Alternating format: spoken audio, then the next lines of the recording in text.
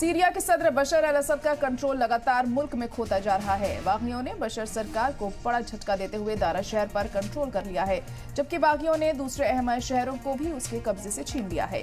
Syria के खाना जंगी की शुरुआत में दारा को इंकलाब की शुरुआत करने वाला शहर कहा गया था, जिस वक्त कारकुनान ने सरकार पर इल्जाम लगाया था कि 2011 में स्कूल की दीवारों पर असद मुखालिफ नारे लिखने वाले लड़कों ने एक ग्रुप को हिरासत में लिया और उन्हें परेशान किया। सीरियाई हुकूक इंसानी महकमे के मुताबिक अलेप्पो और हामा बागियों के हाथों में चले गए, जबकि दारा लोकल मुसल्लह ग्रुप के हाथों में चला गया। इस हफ्ते की शुरुआत में नॉर्थ वेस्ट तक मुत्तहिद एक बागी ग्रुप हयात तहरीर अल शाम ने अचानक हमला किया।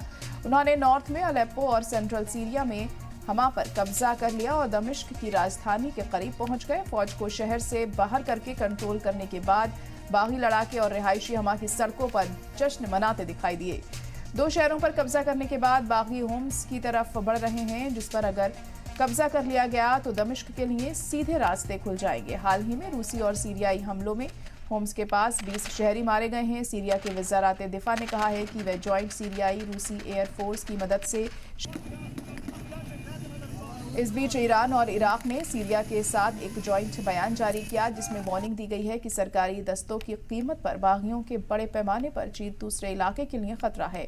बगदाद के दौरे के दौरान ईरान के टॉप डिप्लोमेट अब्बास अराक्ची ने कहा कि अगर सीरिया दहशतगर्दों के लिए एक महफूज जगह बन जाता है तो उन्हें इस्लामिक स्टेट ग्रुप और दूसरे दहशतगर्द ग्रुप्स की वापसी की उम्मीद करनी चाहिए। इराकी और ईरानी हम मनसबों के साथ जॉइंट प्रेस कॉन्फ्रेंस में सीरिया के वजीर खारजा बासम सब्बाग ने कहा कि सीरिया के मुसल्लह दस्ते इस हमले का सामना करने में अपनी कौमी जिम्मेदारी निभा रहे हैं। उन्होंने इस बात पर जोर दिया कि सीरिया के कुछ हिस्सों में बागियों के आगे बढ़ना इस इलाके के लिए एक संगीन खतरा है।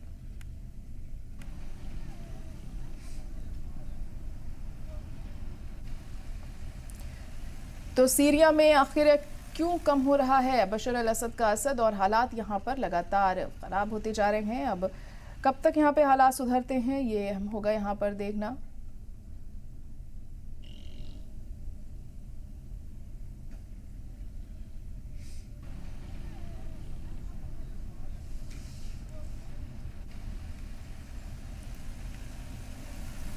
तो 2011 की दीवारों पर असद मुखालिफ नारे लिखने वाले लड़कों के एक ग्रुप को हिरासत में लिया गया और उन्हें परेशान किया गया। सीरियाई हुकूक इंसानी महकमे के मुताबिक अलेप्पो और हामा बागियों के हाथों में चले गए, जबकि दारा लोकल मुसल्लह ग्रुप के हाथों में चला गया।